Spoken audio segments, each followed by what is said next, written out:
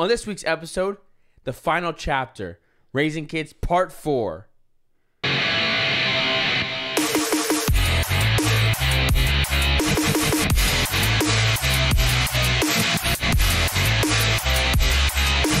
Welcome back to another episode of the Counterculture Podcast. I am your host, Christian, along with my great friend, co-host, Taylor. Everything going good, man? Everything's good. Good. Part 4. Part 4, yeah. So who thought we were series guys? I didn't, right? It's like the final countdown. It is like the final countdown, and some of y'all probably didn't think. And I mean, the first episode has gotten a lot of, it's kind of gone down a little bit. But I was like, you know what? First off, if we're gonna start something, you got to finish, right? Rule number 1, it's right? True. You can't quit, right? But it's been fun. It's been good. I've enjoyed these. So. Oh, absolutely. I feel like even me personally, I get a lot out of it just by even having that conversation. Absolutely. And again, obviously it's very kid-centric, so if you don't have kids, maybe like, whatever. But I think it's just good stuff in there in general. There's 2 side note things I want to talk about real quick before we jump into it. All right. Number one, like, cool thing, one not so cool thing. First cool thing, all right, one of my favorite genre of music is country music. All right, I listen to all kinds of stuff, but country is my typical, what I listen to most of the time, okay? Morgan Wallen just dropped his 3rd album this last week, and it's amazing. It's a lot of, 36 songs is a very long album, but yeah, 36 songs. It's a lot. That's what the wife's been listening to. I've been like, what are you listening to? And it's all Morgan Wallen. I get in the car and I have to take her phone off and put mine on. No. See, Morgan Wallen is awesome. I don't care what anyone says. He's phenomenal. I love all of his music. This album is fantastic. His last one was really great, and this one is kind of a similar vibe, but very good. I love it. I just love his music. I don't know what it is about it. It's fantastic. I don't think I've listened to an entire song from him. I like Zach Bryan a lot, though. Oh, dude, he's so good. They're both very... Their writing style, as far as what they sing about, is very similar. But the way they sing, it's different. Oh, yeah. I think Morgan, from what I've heard, is more like your typical country. He's a lot more produced, where Zach is way more like folky lo-fi. And raw, raw. Very raw, right? It's him and his guitar, right? He's got maybe a couple guys, but very raw. And both are great. I love them both very phenomenal. I think they're both great. But yeah, some serious bangers on this last album from Morgan Wallen. Country bangers. Yes. Nice. That's right. I didn't know a country song could be a banger. Oh, it is. There's a couple, right? So you actually headbang to country? I mean, you could. I mean, that's what a banger is. Well, I mean, if we're getting to the roots of the word. I mean, that is the root from when we were growing up, but that's not what the kids today use, right? Fuck them kids, man. Banger just refers to a song that's very good. Right, Thank you for mansplaining that to me. You're welcome. Well, I mean, there's no better way to celebrate International Women's Week, Day, History Month, whatever, than mansplaining to you what things are, right? But what is a woman? I'm still trying to figure it out. So somebody needs to tell me. I can't get a straight answer. So, straight answer. So one thing, yeah. See what I did there? But yeah, album fantastic, right? If you like country music, you should check it out. Or if you just like music, you should check it out because it's kind of all kinds of vibes on there, right? Very good, right? Other thing, it's just I have to say this because it's so funny. So recently in the news, okay, this is the only news we haven't talked about this kind of stuff in a little while, right? I have to say, okay, there's been stuff coming out about January 6th, right? And all I can do is just laugh. It makes me laugh, especially because you have people on both sides of the aisle, like Mitch McConnell, and then Democrats freaking out about it. It's amazing. It just, again, it's a point where it's everything is total bullcrap, right? These people can't be trusted. They hate you. But it's like there was an expiration date on the truth to come out because it's not just January 6th. I mean, confirmation of the coronavirus being a lab leak. Everything's coming out, and you have one side, which is we knew all along and we're trying to resist saying I told you so. And then the other side's just like, what? I'm hearing about this for the first time. And it's you're telling me now for the first time. It's how censored and small-minded were you that you were only truly getting your information from one side? That's just to your point. At this point, my answer will always be, you know what? I told you so, right? I told you so. That's it. So anyway, those are 2 things I just wanted to mention real quick. Anyway, going back into the, again, final part of our series of this raising kids, right? So we're going to also, before I forget, make sure you like, subscribe, right? Leave a comment, right? If you like Morgan Wallen, leave a comment. If you like this last album, tell me which song you liked, we thought was the best. My 2 favorite was Everything I Love and Last Night, right? And if you hate us, say that too. I don't care. Yeah, if you hate it, you can also say you think Morgan Wallen's trash, whatever. But who do you think is the better host? Just put it in the comments. You can. I think Taylor's a better host. I was honestly pick you. Oh. And that's only because you can't pick yourself. Well, you could. I mean, what's the like chivalry? You know, like a political candidate never votes for himself. It's always like the gentleman thing to do. You know, Donald Trump stepped into the poll, be like, "There's no one better. Come on." If he isn't orange, he isn't for me. Like, I don't know. Okay. So we're getting into this final part of this 4-part series about raising kids. So again, this comes from Sean Whalen. He made this post on Facebook going through these 15 rules is what he called them, but about raising kids. You should go check out parts 1, 2, and 3, right? Or just watch this one, whatever. I don't give a crap, right? So, but we're going to get into it because we are going to finish it tonight. It's happening. One way or another. Rule number 12, right? Be in their world. There being, your kids' world. Yourself. If they like video games, play video games with them. If they like sports, play sports with them. Do things they want to do, even if it's not your cup of tea. I mean, yeah. I mean, if you want to be present in your kids' lives, then you got to make yourself not only available, but you got to make yourself, I don't know, like just willing to like do what they like. Like, for example, sometimes when my wife wants to take the kids to the park after they pick them up from school, sometimes I'm like, oh man, I really wanted to just go home and like crack open a beer and take my shoes off or play a little bit of like Xbox, like before the evening time ritual begins of dinner, then bed, baths, all that. Mm-hmm. So it's a small window. So there's times I'd rather do what I want to do, and necessarily going and watching my kids play at the park isn't always like the thing that I want to do. So to that point, I don't know if the question's more geared towards like older kids and their hobbies and interests, but it starts small. I mean, it's really easy to dismiss your kids like when they just come to you and they show you something or something that they're excited about. Whether it's coming down like, Dad, look what I built with the Legos. Like, it's easy to be like, yeah, that looks great. And I mean, kids can pick up on that. They know if you're actually paying attention or showing an interest, or like, Dad, you didn't even look at me. My kid's 6 and he's like, Dad, you didn't even look. So I think we need to, as parents, check ourselves and actually make an effort to actually, like give a damn. Yeah. I think there's like on a service level, I think is the biggest thing of what you just said, which is being present, right? Just being present for them, right? When they want to show you something, right? Being like, oh, that's awesome. Like, great job, whatever. Even when, the little art projects Eli brings home look a little, I don't know what they are. I'm like, that's awesome. It's fantastic, right? Well, the perfect example is one day they're not going to want you to be a part. And that's when you're going to be like, oh, you never want to do anything with me. You never call, you never text. What's that TikToker? He's a white guy, kind of looks like me because we all kind of look the same at this age, I guess. Backwards hat. He's got his little girl, and it's like something dad or super dad, whatever. I know. Daddy talk, TikTok or something. I know. I can't remember what it is, but I know which guy you're talking about. But he's always talking about like he has his little cutesy daughter come in. Dad, do you want to do this with me? Or Dad, can you pick me up? And he's always like, not right now.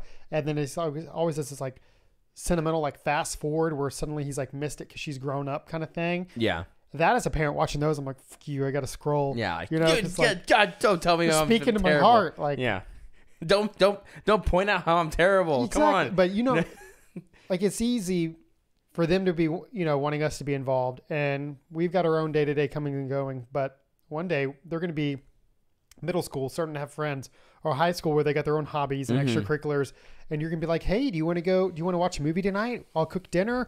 I'll do steaks or your burgers like you like. And like, oh, Dad, I'm supposed to go hang out with Johnny. Or like, whatever, Dad. Yeah. So yeah, don't ruin it for yourself now, I guess. Right. Yeah. And I think it is too, is what he's saying is, again, doing what they want to do. Right. Because again, it shows that it shows them that, it is important to kind of do things that that isn't your first pick, right?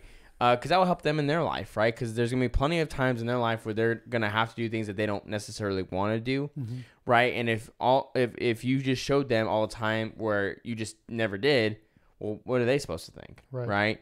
And I don't think it's healthy, right? But then also it's, if you find your kid is very passionate about something, right? You should, right, encourage them, right, and cheer them on and be involved with that, right? If they become great at a sport, or let's say, or like they find themselves to actually be really talented in like art or music or dancing or whatever it is, right? Like your daughter is really becoming a great, ballet dancer or whatever, right? Like for me, I don't think ballet is very interesting at all. No disrespect to ballet dancers. It's very difficult. It's a very skilled thing. I have no interest. Have you ever seen the Nutcracker? Come on. I have no interest. Dance the Sugar Plum Fairies? I don't care about it. We did the Christmas songs, and that's one of the top, remember? Okay. Well, I mean, it's a cool song. It's right? about but like, I don't care about it. I would never watch, swine. but I know. But I'm just a terrible misogynistic bigot. But that being said, I mean, you said it. The truth hurts.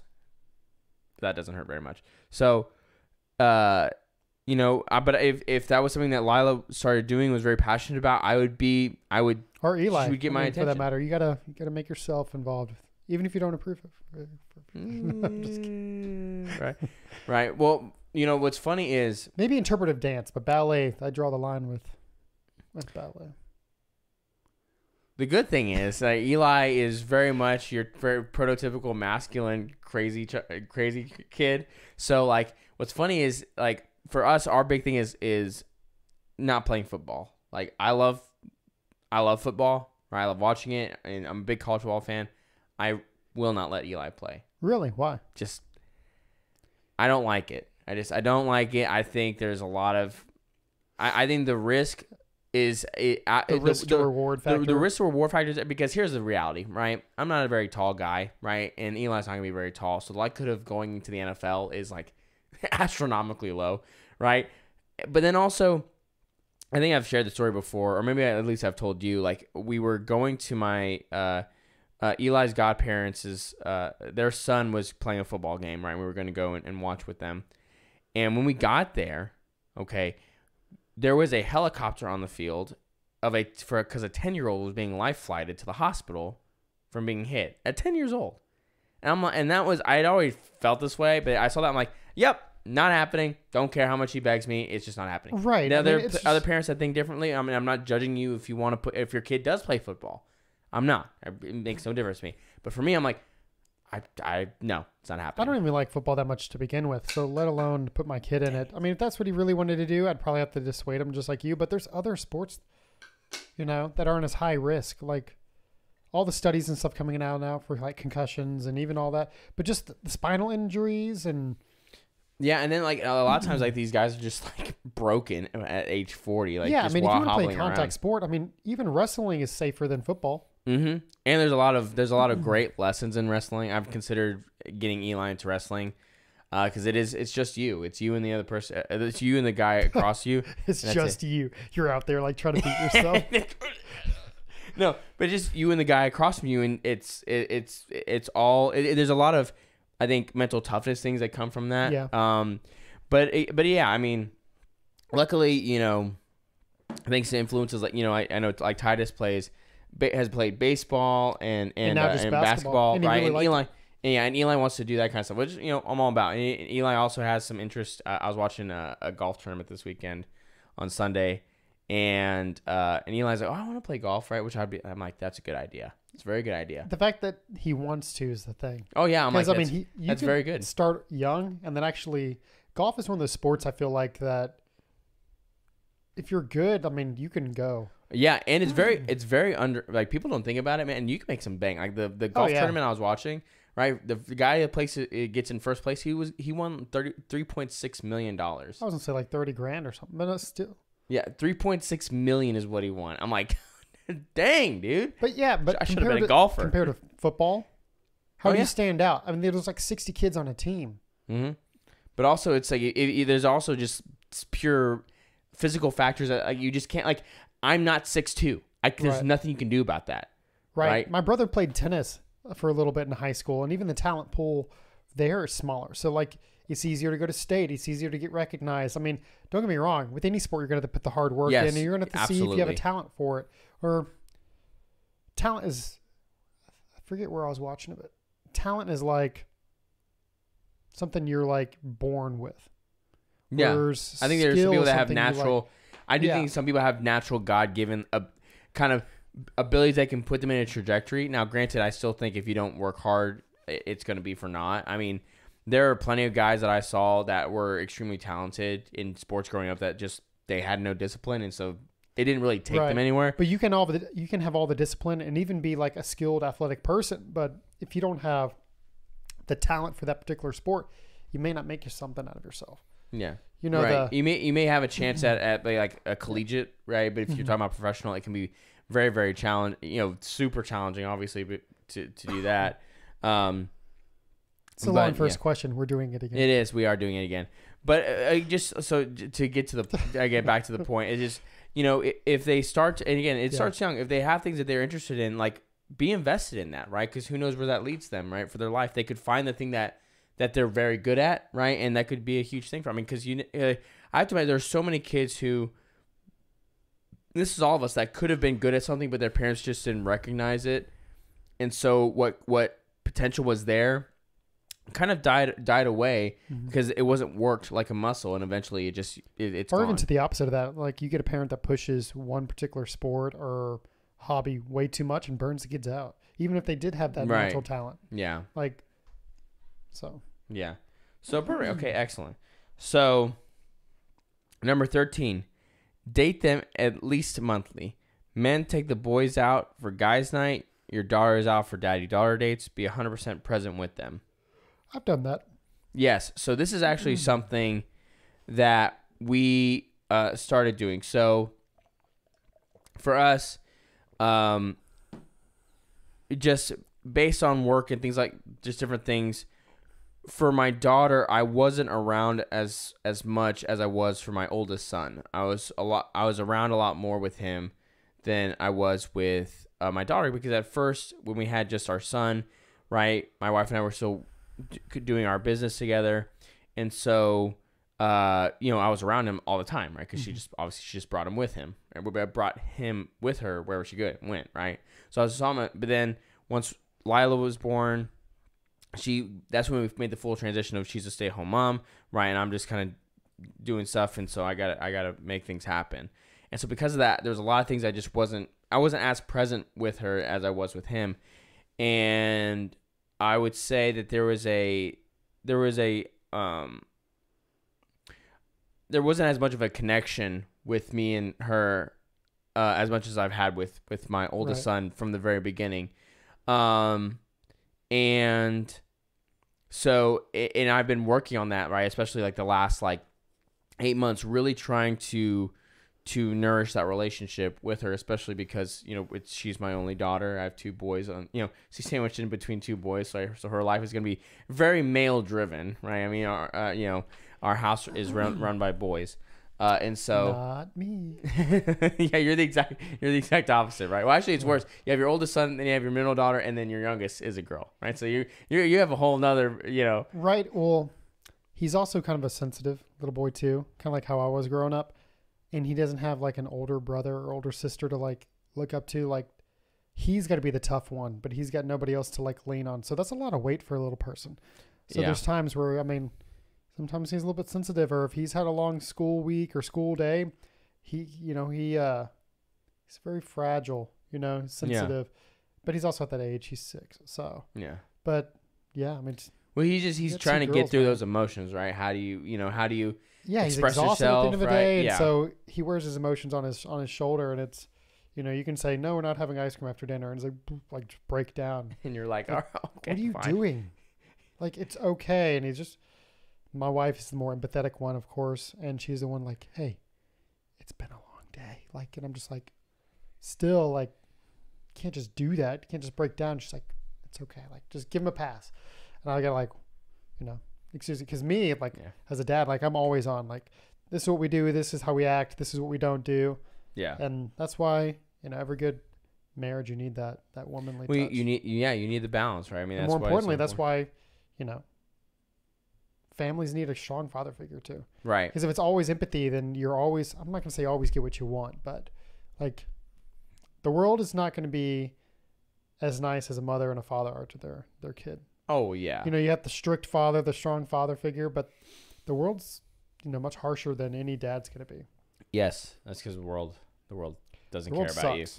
No, it just doesn't care about you, right? Doesn't. So, but yeah, I mean, we started doing that, or I started doing that, and then, Christina said, why don't you go out with just Lila, and well, actually before that, I remember I caught myself typically if I went to go do errands with stuff, I would do it with, just Eli, right? I'd be like, okay, let me take the boy, right? Cause just what I think of naturally. And there's one time where, she said, well, why don't you take Lila this time? And my first reaction was, like, do I have to take her? Like, can I just take him? And she was there peripherally, and she's like, why don't you just take her? And I was like, okay. I took her, and I took that moment, right? And this is, in my personal opinion, that for me as a dad, that was one of my worst moments for myself, because I was like, my daughter may have just seen me, like, complain about having to be with her. Mm-hmm. And yeah, you don't know how you're going to process that or how they're going to process it. Because to you and your credit, I mean, it's just you're thinking of, Eli's older. It's easier for him to get in and out, not click himself. Like, I'm going to get in and out because this errand's going to be quick. You're thinking, like, logistically. You're not thinking, like, I don't like her.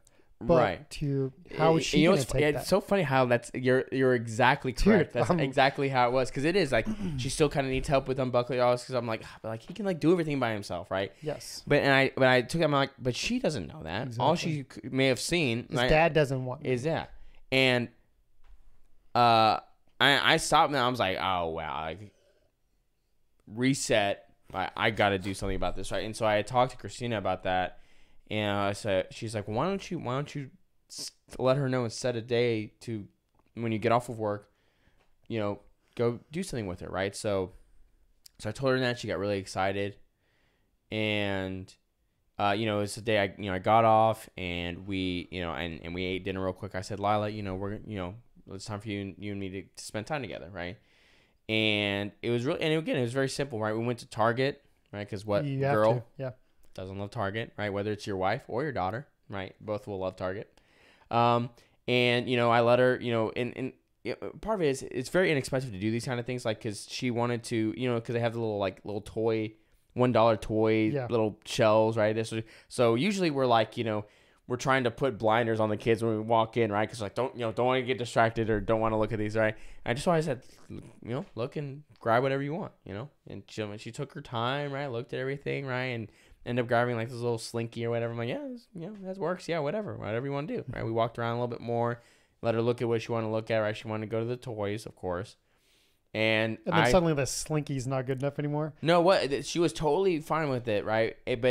And so we were in there for like 45 minutes, and I just let her just walk up and down and look at all the toys and look at the Barbies and look at this until she was done with it. Did you go to the one at obviously Jones, right? Yeah. That's the one that's got the little playhouse in it.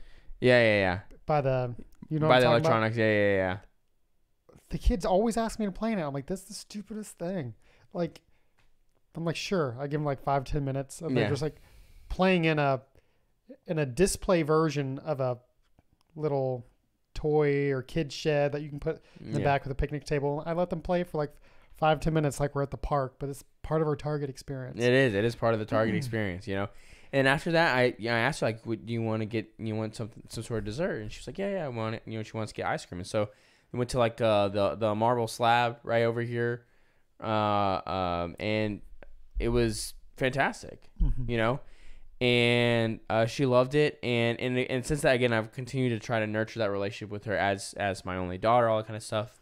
But it's important to do that, and I have a time to in a couple weeks to do that with Eli, where I just take him right? Which I've done a couple of times, right? Oh, I've done it one time with him. The first time I did it with him was to go see Top Gun Maverick. Oh, nice. The first time, right? And I loved it because he like, I think I may have said this when it happened, but like I remember because it was the first time I was really taking him to a movie where it was just me and him, and he was like in it, right? And he was loving every second of it.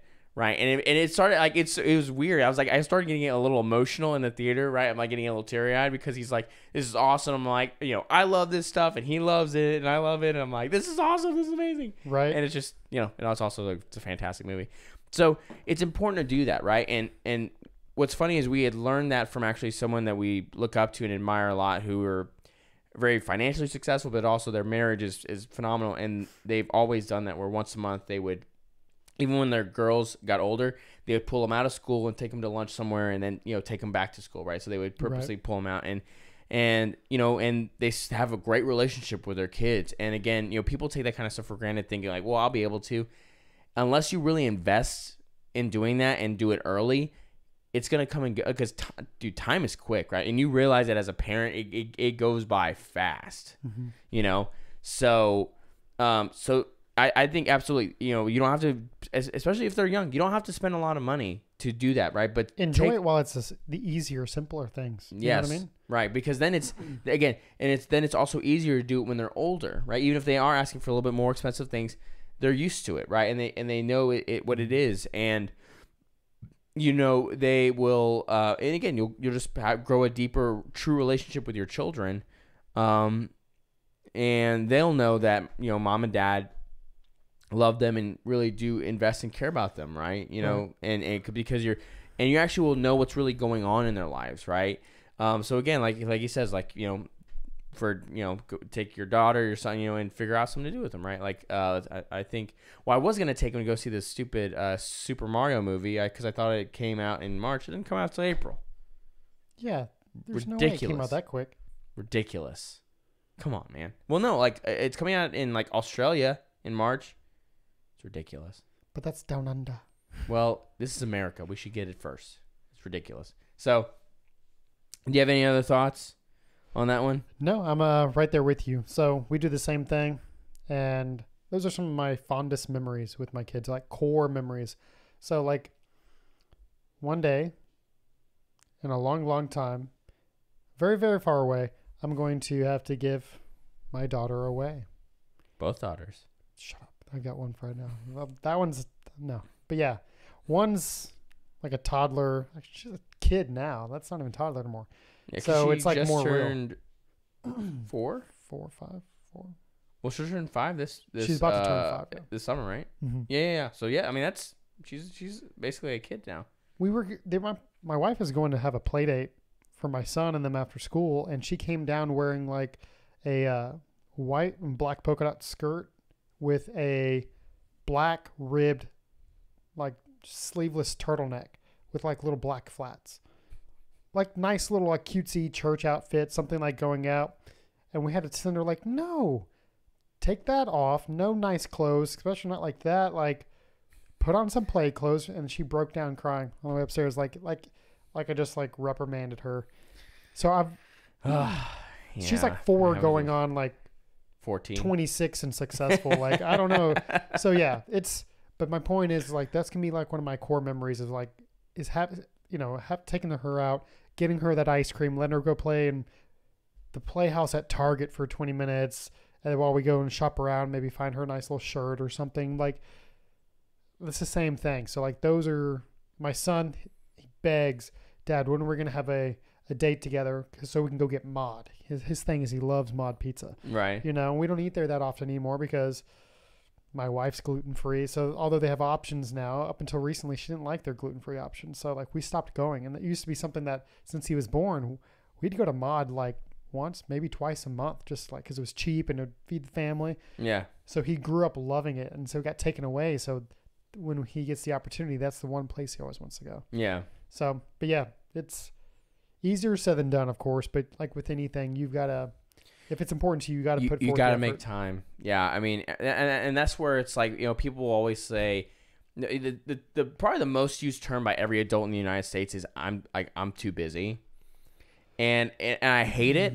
I hate it because it's not true. Well, or yes, it's true. We are busy, but you will always make time for things that are important to you. Always, no matter what it is. Well, yes and no. Are you busy because you're trying to build a better future for your family? You're trying to support your family? Because then you got to ask yourself, does the end justify the means? Because at the end of the day, sure, you support your family. You try to give them any and everything that they want over and beyond. But then you wake up one day and they're all grown and they're out of the house. And you realize you spent so much time trying to provide for them that you missed the little things. I don't want to say like, learn to live with less and be poor or be broke. But like I don't have time is because you're making choices. Sometimes you may have to make the choice to, hey, instead of, trying to go for this promotion or get this extra bid, I've got enough on my plate right now. I can choose to maybe take the family out. Maybe we'll do like a day trip to the beach, and just get a hotel for the night instead of me working that double on the weekend or putting that overtime. Yeah. But again, like you were saying, it comes down to choices, and you make this choice now, or maybe you regret it later on. I don't know. Right. There's never enough money, first of all. Well, I do have a number, but I'm never going to hit it. It's just like 2 billion would be nice. Like if I had 2 billion, I'd just be done. There, I've said it. Yes. I think if I hit the number 2 billion, I think I would be at the point where I'm like, okay, I can, spend my time as much as I want to. But you always hear the phrase, more money, more problems, like, because then you get enough money, then your style of living increases. Or if it doesn't, then you're like, well, what do we pay off? Do this house or that? Or what about retirement? Or is this generational wealth? Like, what about my kids? And are they going to be set up? Are we going to have too much money? I don't know. It's a rabbit hole. But like the point is, yeah, I think it's just, just make the time and invest it, right? Just like you need to invest time in your marriage, right? Like a good example is we were going to originally record this last night. And like I texted you, like, look, dude, like my wife needs like she needs my attention, right? She needs me. Well, no, I'm just kidding. She does this thing where like she's beating around the bush of what she really wants. I'm like, look, do you just want me to be here? And she's like, well, I'm like, look, do you just? It's like the stupid scene in The Notebook, right? Everybody knows it. Right, where whatever his name is, Gosling's character is like, "What do you want?" She's like, "I don't know." Okay, women do actually do that, and it's super annoying. So I'll be like, "Look, do you want me just to be here? Do you need me here? Do you need me to be with you here?" And finally, she's like, "Yes, I need you to be." I said, "Okay, then I will. That's okay. That's all right. You can ask that of me." Do you know what I pulled on my wife yesterday? What? And I saw it a while back. I can't remember if it was like it was a skit or something on TikTok or some kind of stand-up maybe. And I actually pulled it on my wife yesterday. What was it? She was coming in there and she's like, all you said was just okay. And I'm like, I don't know what you want me to say.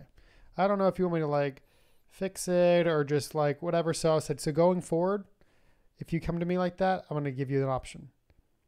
Do you want a solution or do you want sympathy? And they get to pick. So sympathy being obviously just you want to vent, you just want somebody to complain to. I can be there. I'm like, yeah, that sucks, or them, or wow, like what are you gonna do about like to just listen? Because me, I'm very analytical. I had to do one of these Gallup color tests, team building things for my work recently, where they had I hate that kind of public stuff. Speaker come in and then explain your colors and all that. And I have like 16 pages of how my breakdown is and where my points are for my whatever. I'm analytical. I'm strategic. I already knew this stuff, but I can see the solution. I can see the path, which helps because a lot of people come to me for advice, and I'm pretty good at being short and sweet and giving them, what they need to hear. The problem is your wife doesn't always want that out of a husband. So I was like, I'm going to start doing this. And I thought she was going to be like, that's dumb, or that's such a gaslight, don't mansplain all that. And she was like, no. Okay, I'm okay with that. Well, I mean, your wife's not a feminist, so I hope she wouldn't say that. No, she's not, but you just never know. So anyways, she needed a little. You know what's funny about that? Have you ever heard Ben talk about that with his wife? Because he's talked about that too, where he'll ask her before she talks. He's like, hold on, is this a It might have been Ben that I heard he that said, from. "Is this a problem solving? Like, is this a solutions conversation?" Or he doesn't say complaining, or he's like, or do you just, or you do just need to let off some steam? And he actually makes that ground because that's I think men. it might have been Ben, but I think it's based on like a book. It might be called like A Little Nudge or something. Yeah, so he said, but again, it's been a joke. It's a joke that's made. There's actually a very funny video. You can find it on YouTube, I think. If we didn't get in trouble, I would say you should like actually pin it in the video right now. Like stop our video and like actually play it, but maybe we'll put it in the link. Put it somewhere here. Yeah, like right here. While let it play so that people could see and then see the reference. But it's called. It's not a. I think the video is titled "It's Not About the Nail." If you typed it on YouTube, I bet it would come up, and it displays this point very well. Right, I won't spoil it. It's like a maybe a minute long video, but it's about that, right? Because like they're not looking for an answer; they're just looking for someone to listen to, right? Mm-hmm. That's your wife, right? But sometimes they need an answer. Sometimes, right? But like yeah, I do the same thing. Is like, is this something? Are you looking for a solution, or are you just looking? Or you just need to like. Let it out and talk, Exactly. And like last night, she wasn't looking for a solution. She was just looking for me to be a listening ear, right? Which is great. That's no problem, right? I don't mind doing that. It's your job, yeah. You gotta be there. And so, and I would say honestly, that's a good ground rule, right? You should set for your marriage. Yep. Right, or relation, or even like a relationship if you're not married yet. So anyway, excellent. So the next one, right? 14. We're almost there. Close. Number 14. Discipline with intention. Discipline them, but teach them the lesson after. Always hug and kiss them. Tell them you love them after you discipline them. See, that's hard for me to do. And that's something that my wife does naturally to remind me. But it's hard. It's not like I get enjoyment out of it by any means. My dad always used to say, like, this hurts me more than it hurts you. And like as a kid, you're always like, yeah, right. You're not the one getting spanked or whatever. But as an adult and more so as a parent, you look back and you're like, that is hard. All you want to do is love, nurture, and support and protect your kids. And the protection part, like, that means protect them even from yourself, even from your weaker moments, or like, or you could let your anger slip out. Like I don't know. You just got to be better for them, but that comes with disciplining, and you have to be that. I'm the bad guy in the house, like I've always got to be like, man, why don't you, I turn to my wife every now and then, like, why don't you go and discipline them? Well, I told them already. I'm like, yeah, you told them, but I've told them, like, but you're going to make me go up there and be the bad guy. And like, sometimes I want to be the good guy. Like, you go up there and then I can come in and be like, man, mom sure was rough, wasn't she? Like, like have like a little moment with the kids. But no, 99% of the time I'm the discipliner. But when you're the discipliner, you want it to stick.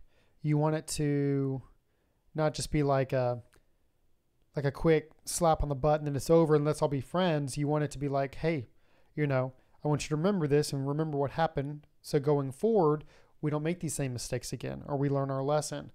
And I think my wife was a good, she reminded me that you can still make that point, but then show them love at the end of it, or let them be for a little bit. But, if you're putting them to bed and they got in trouble for goofing off and wouldn't go get in their bed and they got in trouble right then and there, we'll still make sure you kiss them and tell them that good night or love them, or give them a few minutes and then come back in. But don't just walk out completely and let them go to sleep like that. Like, it's important to show them that you're still dad at the end of the day.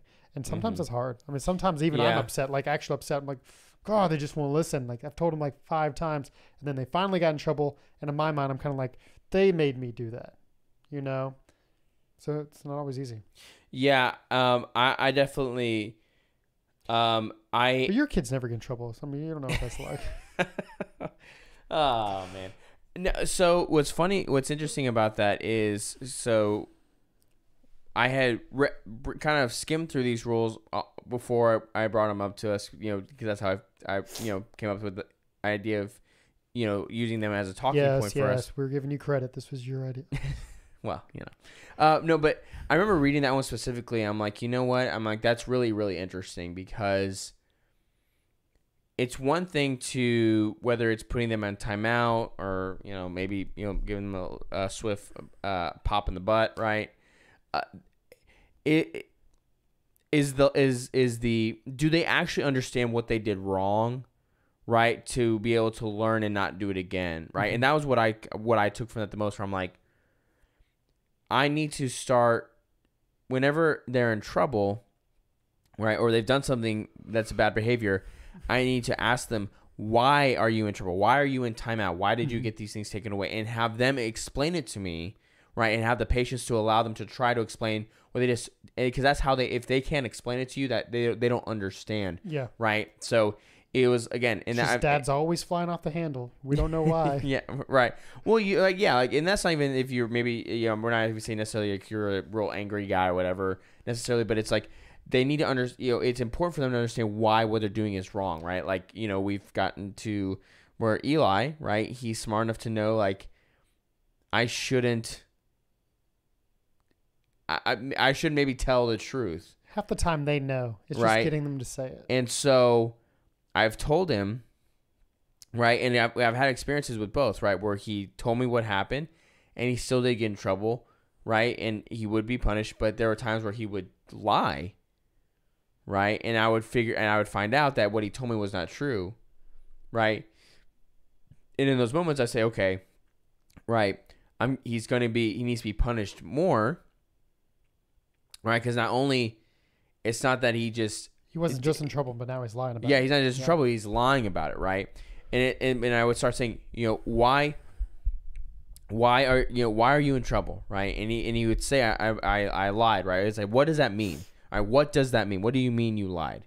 Right? And in his own way, he basically saying, be like, that's, it's me not being honest, right? He wouldn't say it like that, but, he kind of would express that. And one thing Christina did with him one time, right, that I don't think I could have, just because it's just, I think it was her approach. She said, here's the thing. When you lie, right, that makes me feel like you don't love me.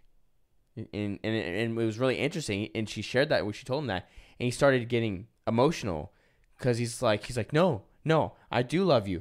Right. And then she wasn't using it as like a manipulation, but she's like, no, but you don't it's lie a way to of her right? to explain the situation. Yeah. It's like to him. you need to be truthful with the people you love. Right.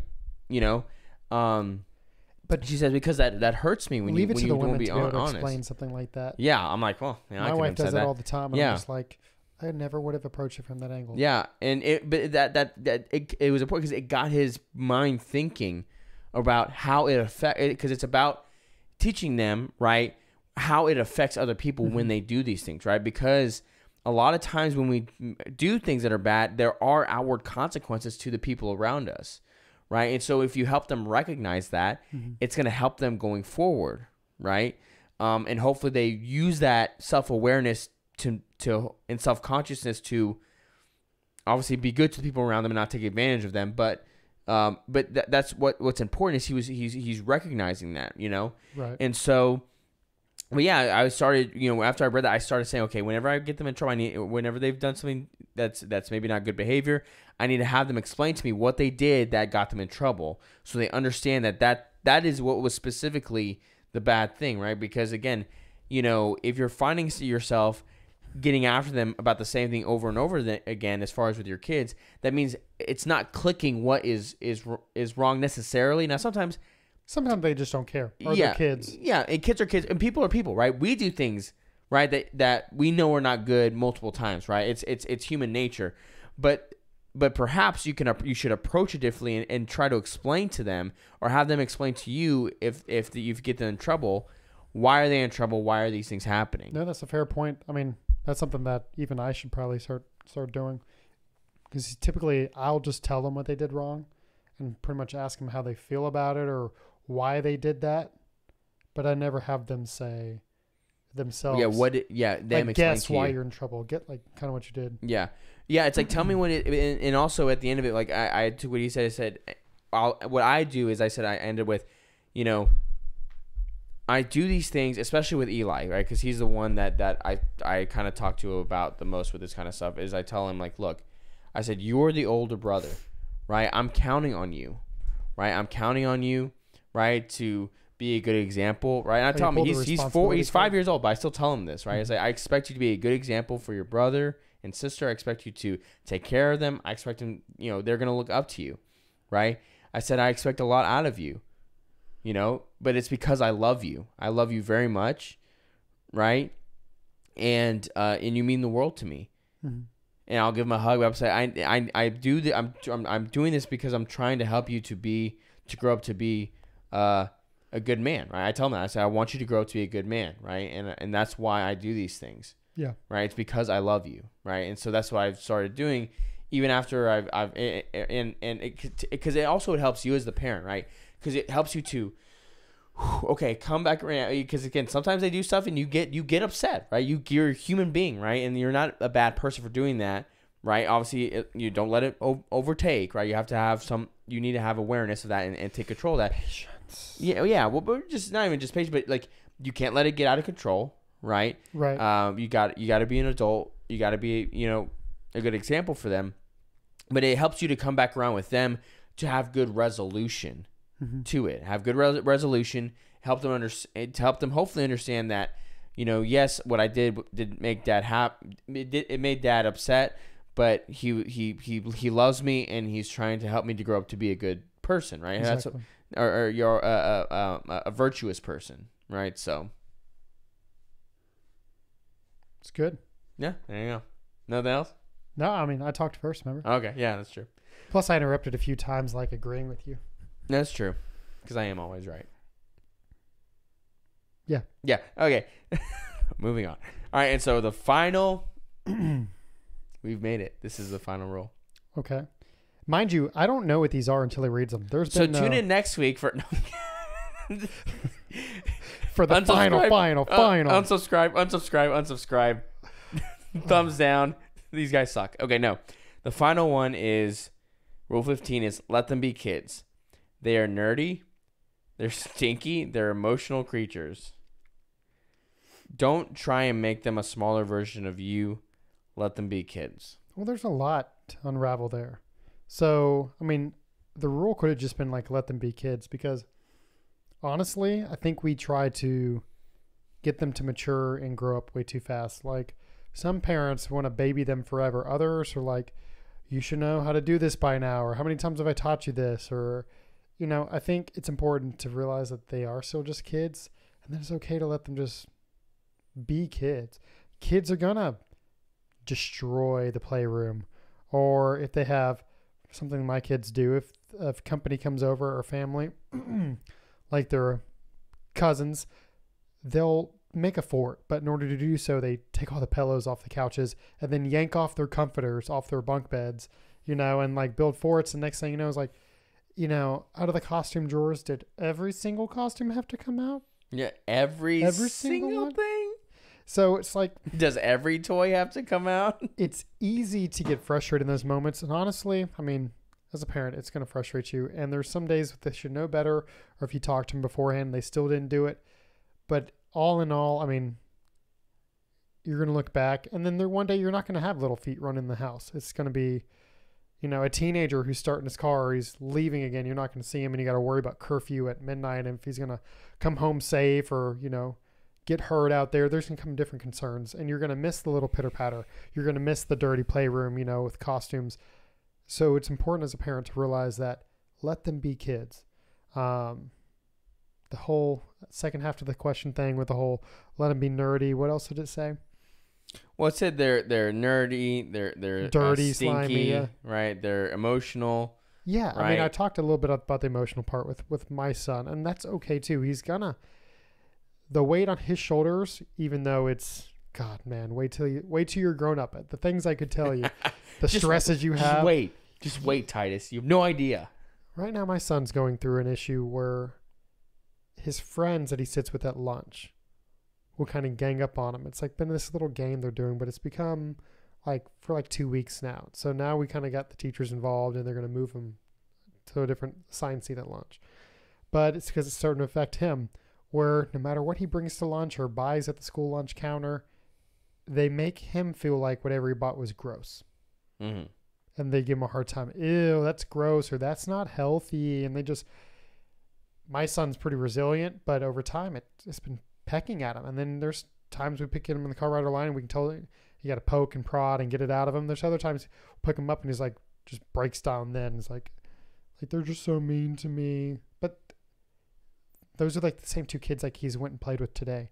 So like outside of that one little lunch situation, they're his friends. He plays with them. So it's like, it's one of those kind of things. It's like, yeah, they're emotional little kids and that's okay. Yeah. There's times that they're going to go in the backyard right before church if we let them, because there's like 30 minutes before we go, and they're going to come in with muddy feet. And you're like, what the hell? Like, you're in church clothes. Now we got to change you out. Like, they're kids. At the end of the day, they're kids. Yeah. That stuff's going to happen, and that's okay. I mean, again, those are the things that in the moment it's frustrating, but you're going to miss. That's the fun part of parenting. Yeah.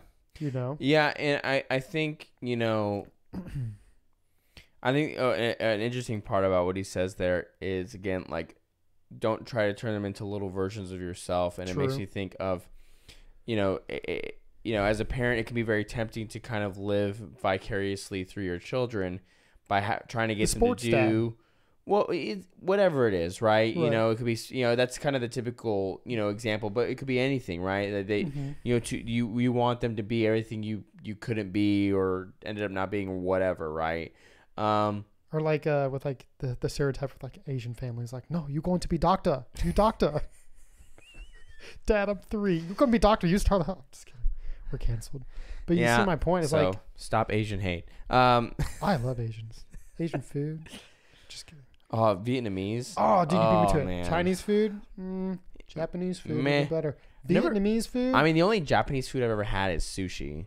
So I really don't have a wide range of Japanese food I've tried. I like sushi though. Yeah, I mean, but Vietnamese, a lot of tempura, things like that. I mean, oh man, the Vietnamese is a good beef pho. Oh, pho. So good, man. I love and Vietnamese egg rolls. They're so much superior to Chinese egg rolls. They are. I mean, China kind of sucks. There's too much cabbage in their egg rolls. Vietnamese egg rolls have more meat to the veggie ratio. And have you ever seen the outside of like a Chinese egg roll? It's like blistered and it looks like a chicharrones, but doesn't taste as good as one. Yeah. Whereas like the Vietnamese egg rolls, they're nice, more like the egg paper, and they're like super flaky. Yeah. They're like it's like 1,000 layers. Yeah, you bite it, just the perfect crunch. I almost got pho tonight with the egg with rolls. The Taco Bell. Well, we ended up going with the Bell, but it's okay. You'll wrap me out like that. You'll regret it later. I already do, mentally, emotionally. But that Baja later. Blast though, Baja. It's so good. It makes me like mad. crack. It is. It makes me mad that it's exclusively at Taco Bell. There's like I would absolutely purchase it at the store. It's the one. I don't drink soda. I would absolutely buy a Baja Blast at the store. You know they came out with the hard seltzer version. Yeah. I have yet been able to find it. It's like the golden ticket. I've seen it. I know like, they sell it. It's like the Ark of the Covenant. I don't think Texas has it. There's something about their laws. One of the stalkers at HEB in the liquor aisle, or not the liquor, but the like alcohol beer, wine. Yeah, they're like, if you ask for it, if you request it, we can try to get it. But he goes, depending on the state, if you don't see it here yet, it could be one of those things because Texas is very selective about if something's new or whether it can get in or not yet. So dumb. I hate Texas. I mean, like, I remember I went to Arizona a couple years back. They have liquor just in the grocery store 7 days a week. With no, like, time limit in the morning. No. Like no, there's no time. There's no stupid. I don't even know what it's called in Texas. Like, what's the law? It's like a... Sunday laws or something? Yeah. I don't know what it is. It's stupid. Right? Like, oh, you can't buy anything before 10 a.m. Oh, yeah, it's really going to stop the alcoholic or whatever it is on Sunday. Like, come on, man. Like, just let us buy whatever liquor we want whenever we want. Passionate, guys. He's very passionate about it. Come on, Greg Abbott. Anyway. Well, between that and, like, the car dealership things, you can't wholesale or sell direct. You have to have a dealer. Do you follow what I'm saying? What about Craigslist? No, like a new car. Oh, okay. Ford can't sell directly to... They have to have dealers. So the dealer gets a cut. That's the whole Tesla model. Tesla manufacturers, and they have their own showrooms, and they sell it to their own people. That's why if you buy a Tesla here in Texas, they have to ship it to you, but they register it wherever that dealership was outside of Texas. And then when you re-register or renew, you can renew it in Texas, but you can't purchase it in Texas. That's why they have a Tesla showroom, maybe in like the Woodlands or wherever, but you can't purchase a Tesla there. They have to ship it to you. And it's because of another stupid state law that Texas has about, car manufacturers can't sell directly to consumers. They can't wholesale it. I wonder who is responsible for that law. I mean, that's old as dirt, though. Fred Haas, Johnny Go Honda. What other ones are in Texas or in Houston? Mac Hike. Yeah, Mac Hike. Baker, Nissan. Yeah, Baker. That's who it is. I mean, that's who it's keeping that Don on. McGall. Those guys, because they're making killings. Don McGall. Yeah. Joe Myers. Yeah, Joe. Thanks, Joe. I can keep going. Why do we know so many car dealerships? Dick. Because we get commercials sharks, for them parasitic. all the time. We get there's commercials. Anyway, this is totally off subject. Anyway, but back to what we're talking about, right? I think what's important about, like I said, letting them being kids too is, I brought this up, I think, on the first part that we did this, but again, it was this video talking about, when it comes to raising kids and time passing, you don't even realize how quickly time is passing, and you don't realize when your kid has kind of ended one phase of their life and gone into the next, right? Like that. Like all of a sudden you go from a newborn to a baby to a toddler to a little kid, and we're just young parents, and you don't. So those are the phases we're only even experiencing. Exactly, but you just don't even. Like I look at my son, and my son he's 5 years old. He goes to preschool a couple days a week, and he's like a little kid now. And I look at him like. Especially on my iPhone or different things, like I see pictures of him when he was young. I'm like, that kid is that kid I'm looking at in that picture. He's gone. He is and he isn't. He's still obviously he's here, but that little baby he was here, and then he's now a memory. And you make it sound so depressing when you say it like that. He's still there. He's still your kid, but you're not getting that time back. Yeah, exactly. Those moments are going, and that's part where of the development. You know what I mean? Right. And because he's growing so fast, right? Mm-hmm. He's like, and again, he's like, before I knew it, he was a toddler, and now he's. But it's not just a linear progression of time. Mm-mm. It's speeding up. Yeah. Because it's relative like a curve. to time, it's like whoop. Relative to time. Like, where was I talking about? It's like Einstein type stuff where they were talking about like the relativity or whatever of time.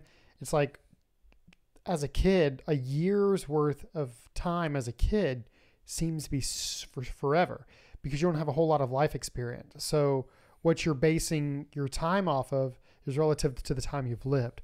So like, I remember looking back, maybe you can vouch too, like Valentine's Day at school, getting to do that. And then it seemed like forever until it was like Christmas at school, and then Christmas break, and then the break seemed to last forever.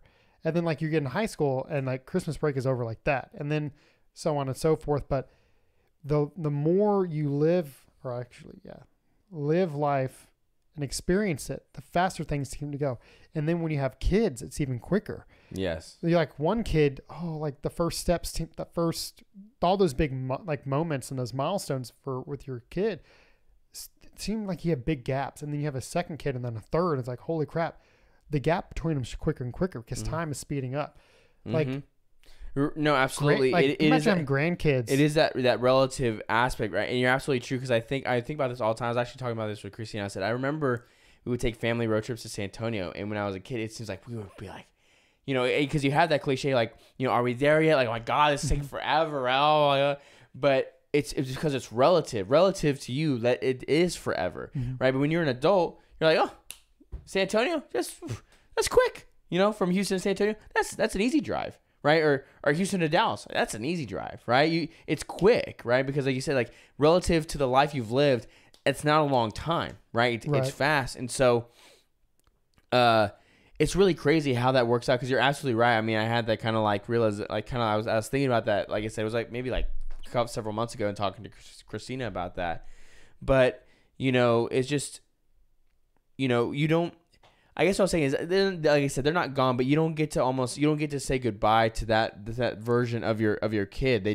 They're there, and then it's on to the next phase before you realize warning, there's no heads up. No, and right. Honestly, it literally can be overnight.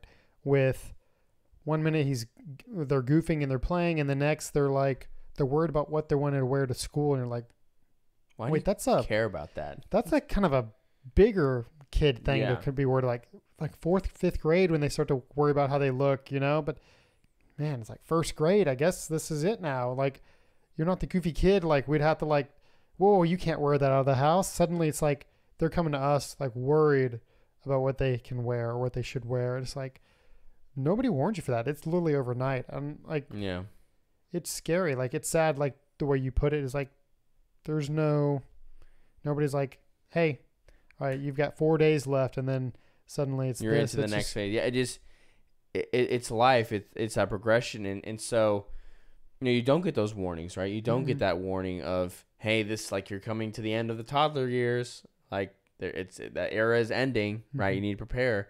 It's continuing, and so you have to constantly be reminding yourself and recognize these things are happening, so you can be, again, for me, I'm thinking about, I feel like my youngest son was born yesterday, and again, he's about to be 11 months old, and he's celebrating his first birthday, basically just over a month, a little over a month from now, and it's just like that, and he's already going to be a year old, and so it's why it's so imperative, again, to just take in every moment that you can, because time is just going by so quickly. Each day is getting faster and faster, because it is, in a certain sense. All right. And so, to your point, and, let them be kids, let them enjoy those moments, and you enjoy those moments with them as parents, allow yourself to be in that, especially, again, kind of go back to another point we were making with one of the other rules. Is like,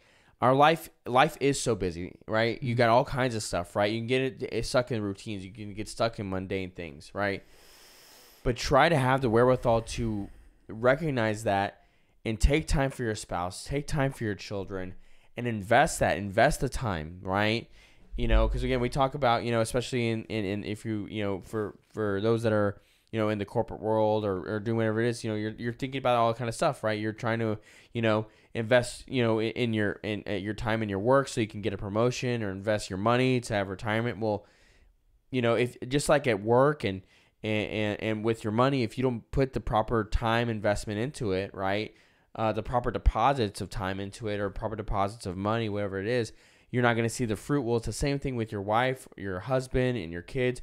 You got to put in those proper investment deposits of time, right? So you can bear the fruit of it, right, in the long term, right? You have to be focused on that, and you have to be intentional. It's very hard, right? Because life can be so crazy, you can very easily get distracted away from it. But if you can just 70 or 80% of the time have that intentionality, right, it can make all the difference in the world, right? Just like it can with work. And so, I think we did it. That we did. That's all 15. We're done. I'm just glad there's only 15 rules. Yeah. Can you imagine if there was more, we would do more. Trust me. Like I said, we're gonna milk this for all the content we could, and we did. You can milk that cow. Yeah, we will. Cow. The cash cow. So now we have to go back to the drawing board and figure out what we got to talk about. But but I think this was, again, I really enjoyed this. I hope you guys enjoyed this, because, again, obviously it was very much centered on someone who has children, right, and how to do that, right. And it was, but I hope think there's a lot to take away from it if you aren't even there yet in life. Like, right, things to kind of look for or to look out for, do's and don'ts that you can learn from, I don't want to say our mistakes, but lessons that we've learned, maybe too little, too late. That way you can focus on the little things, or like take the lessons and examples we've given you to, apply those that way you can be even better as a parent, because Right. I've sure has made mistakes. I've had to learn a lot of this the hard way. Mhm. Fortunately, I've had a great spouse who's helped me along that way, and there is no book to parenting. There may be parenting help books or self-help books, but there's no one shoe fits all. And the moment you think you have it figured out with one kid, you've got the perfect kid and you've been doing everything right and they're being so good, then the next one comes out and it's the wild child and you go back to the drawing board. And then try disciplining each one differently when they're there, because then they see how it's just a mess. And good luck. Yeah. Right. You know what's funny? It makes you think of Jimmy Johnson, the old Dallas Cowboys football coach. Somebody was talking to him about something about, coaching guys differently, and he said, "Yeah, I coach them all equally different." Right, because it's just you do things differently. And I probably totally misinterpreted that quote, right, or talked from the wrong person. But I remember the quote. I'm pretty sure it was Jimmy Johnson. I could be wrong, but either way, and that was about. I just like his sandwiches, so not the same one. Thank you. I'm not that. Yeah.